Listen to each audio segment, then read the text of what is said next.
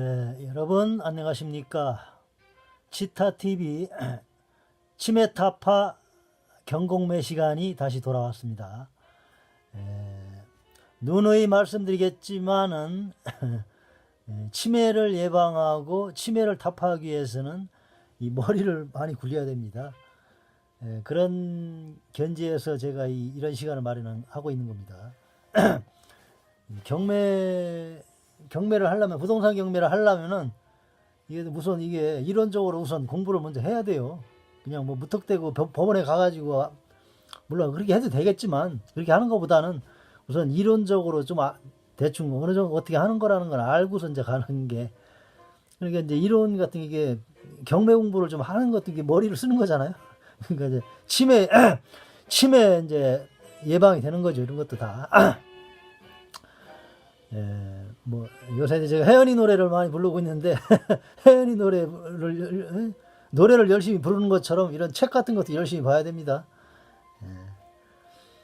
지난 시간에는 경매 진행 절차를 또 말씀드렸는데, 이제 이번 시간에는 이제 이 경매를 할 때 부동산 경매를 할 때 이 경매 투자 우선 수칙이라는 게 있다고 그래요. 경매 투자 수칙. 그 수칙을 먼저 이제 오늘 이번 시간에는 이제 읽어 나가도록 하겠습니다. 보도록 하겠습니다. 한번 읽어볼까요 또? 경매 투자 수칙이라고 하고서 소제목으로 경매에 임하기 전에 철저한 계획을 세워라. 그렇죠. 철저한 계획을 세워야 되겠죠. 한번 읽어보겠습니다.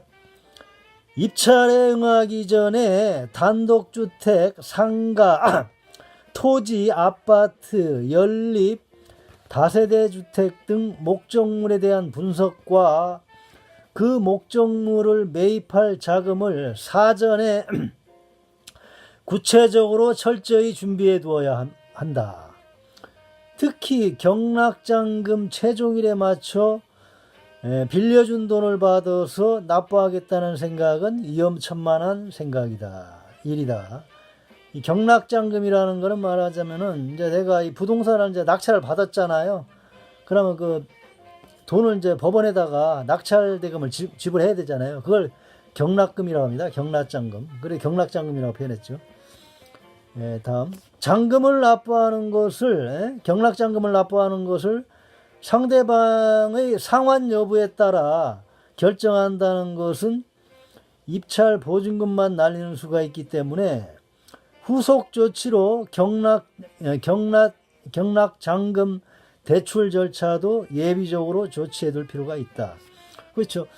그러니까 이 경매를 준비하면 과정에서 말하자면 이게 경락잔금도 미리 준비를 해놔야 된다는 얘기예요. 그 은행만 믿을 게 아니라 은행에서 내가 설사 빌린다고 해도, 빌릴 계획을 가지고 있다고 해도 혹시 안 될 경우를 대비해가지고 또 이 돈을 어서 융통, 만약에 은행 돈이 안 된다 싶었을 때는 다른 데서 어떻게 융통할 수 있는 방안을 이중으로 이렇게 마련을 해놓고서 해야 된다 이거예요.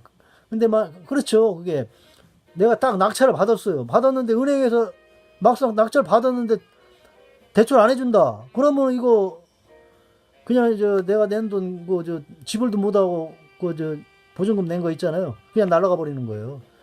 그게 그렇게 되는 겁니다. 만약에 내가 낙찰을 받았는데 잔대금을 갖다 법원에다가 안 내잖아요. 안 내고 그러면 그 돈 날아가 버려요. 미리 낙찰 들어갈 때 보증금 걸어놓은 거 있잖아요. 그 보증금이 날아가 버린다니까요. 그걸 알고 있어야 돼요. 그 얘기라는 거예요, 지금. 그러니까 경락잔금 최종일에 맞춰 빌려준 돈을 받아서 납부하겠다는 생각은 대단히 위험천만한 생각이다. 이렇게 이제 주의를 주고 있습니다. 다음에 또 경매 투자 시에 지켜야 할 수칙으로는 이론과 경매 실무가 조화를 이루어야 된다. 여기 책에서도 그렇게 나와 있잖아요. 금방 제가 말씀드렸다시피 이 이론을 어느 정도 공부하고서 법원에 가야 내가 좀 더 잘 알 수 있지. 이론적으로는 아무것도 모르는 상태에서 그냥 법원에 가서 남 하는 것만 따라 하려고 하다 보면 실수할 확률이 많다는 얘기죠. 이론적으로 어떻게 하는 거라는 정도는 알고 가야지. 그래서 이게 경매 공부를 미리 좀 해야 된다는 얘기예요. 그래서 뭐 경매 학원도 생기는 건데, 제 생각에는 뭐 경매 학원까지는 다닐 필요 없을 것 같아. 이렇게 저마냥 이렇게 책을 사가지고 이게 이렇게 공부를 해도 됩니다. 예? 뭐 제가 볼 때는 이게 경매책 수준이요, 중학교 졸업한 사람 정도면 다 이해가 가요.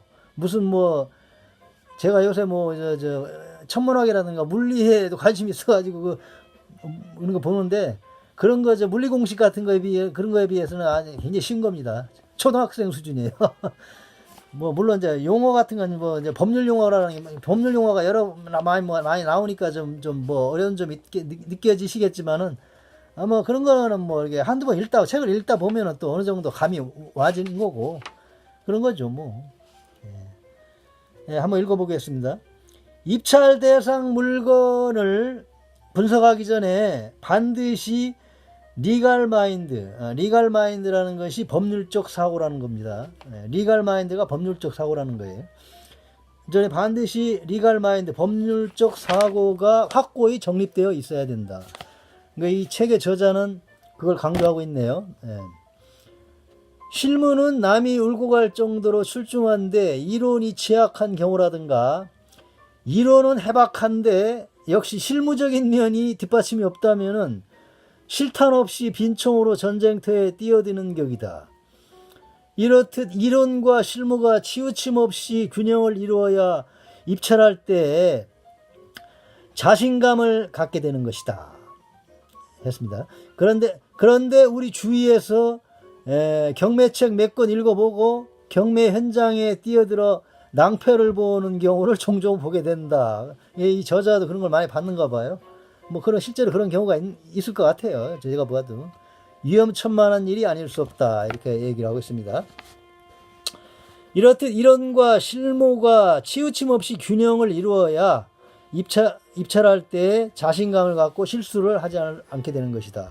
만약에 실수하게 되면은 내가 그냥 그동안 벌어놓은 돈, 말하자면 경매 뛰어들라고 모아둔 돈 있잖아요. 월급 받아가지고 따박따박 모아놓은 돈 하루아침에 날릴 수도 있어요. 이게 경매 잘못하면은.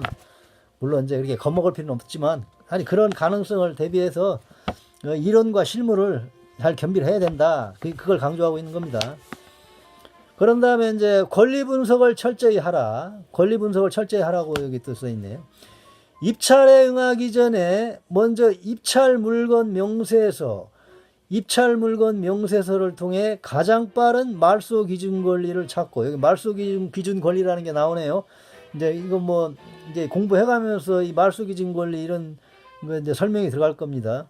말소 기준 권리를 찾고 소멸되는 권리와 인수되는 권리, 그러니까 없어지는 권리와 인수되는 권리를 정확히 파악할 줄 알아야 된다. 후술하겠지만 시중교재의 90% 이상이 권리 분석이 제대로 되어 있지 않다는 점이다. 하나의 예를 든다면 전세권의 경우는 원칙적으로 말소 기준 권리는 아니지만 예외적으로 말소 기준 권리가 될 수 있는데도 불구하고 말소 기준 권리가 아니라고 무조건 단정해버리는 것은 크게 잘못된 일이다. 판단이다. 이렇게 얘기를 하고 있어요.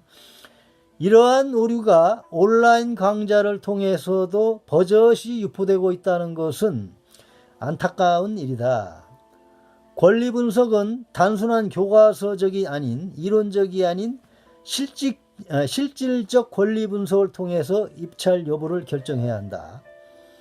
경매 사고의 90%, 경매 사고가 일어나는 50%, 절반 이상이 이 권리 분석을 잘못해가지고 발생하고 있는 것입니다. 이 권리 분석이라는 것이 말하자면 내가 이 물건을 입찰하러 갈 때 이 물건이 이상이 없는 건가, 뭐 하자가 없는 건가, 물건적으로 하자가 없는 것인가, 권리적으로 하자가 없는 것인가, 뭐 그런 걸 갖다가 정확히 분석을 한 상태에서 들어가야 된다 이겁니다. 이거 금방 여기 나온 용어가 생소한 용어가 있죠. 말소 기준 권리 같은 거, 뭐 입찰 물건 명세서 같은 거, 이런 거는 이제 뒤에 또 나오니까 그때 가서 또 설명을 하면 되겠네요. 저는 이게 책을 이제 한번 읽어가지고 좀 어느 정도는 이제 알겠는데, 이제 이게 처음 이 경매 공부를 하시는 분들은 이런 용어부터 생소하니까 좀 그런 점이 좀 어려운 점은 있는데, 근데 뭐 그거 뭐 그렇게 골치 아프게 생각하실 필요 없습니다. 이게 한두 번 읽다 보면 다 이해가 오더라고요. 이게 뭐 제가 볼 때는 이게 무슨 뭐 수학 공식이라든가 수학책이라든가 물리책이라든가만큼 그렇게 어려운 게 아니에요. 그러면서도 이 물리나 수학 같은 거는 당장에 무슨 뭐 떼돈이 굴러 들어오는 것도 아닌데, 이거는 그래도 이걸 몇 번 읽다 보면은 경매가 만약에 이론을 갖다가 내가 완전히 좀 터득하면은 그 이론을 바탕으로 해서 법원에 가가지고 물건 하나만 제대로 낙찰받으면, 물건 하나만 제대로 낙찰받아도요 1년을 먹고 산다고 그래요. 그러면 2, 3천만 원 낸게 먹고 3, 4천만 원 낸게 먹을 수 있으니까, 물건 하나 그러면 그냥 뼈골 빠지게 이게 유튜브 들어와가지고요 남 앞에서 그냥 먹기 싫은 음식 막 먹어대면서 먹방해 가면서 조회수 높이고, 응? 조회수 올리려고 애쓸 필요도 없는 거예요. 구독자 늘리려고 애쓸 필요도 없는 거고, 그냥 부동산 하나 낙찰받아서 3, 4천만 원 딱 땡겨 먹고 딱 챙겨 먹고 1년 동안 또 놀아요. 막말로. 그리고 또 돈 떨어지면 또 하고.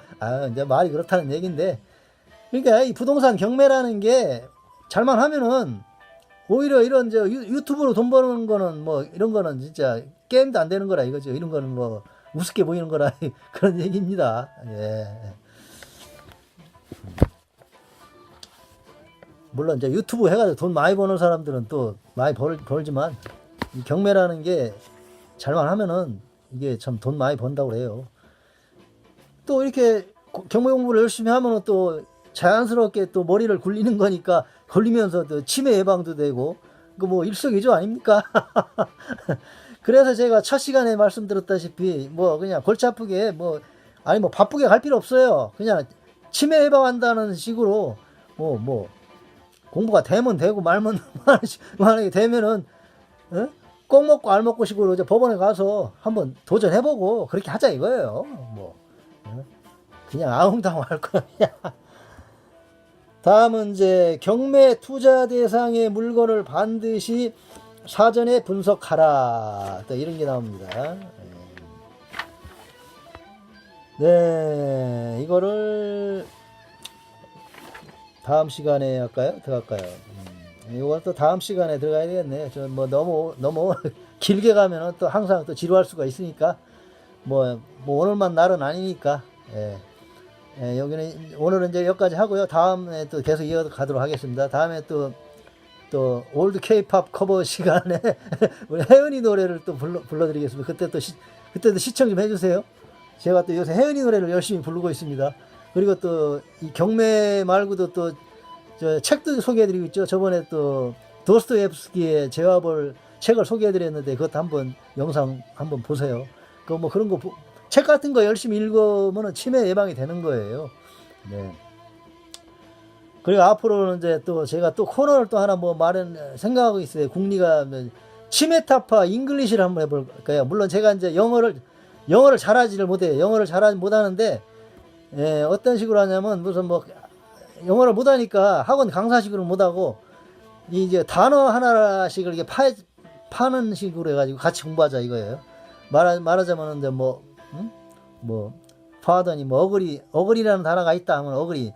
근데 사전식으로 이렇게 같이 이렇게 연구를 하고 그렇게 해보자.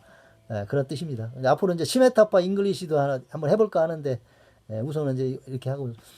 네, 오늘도 그러면 좋은 시간 되시고 안녕히 계세요. 대단히 감사합니다.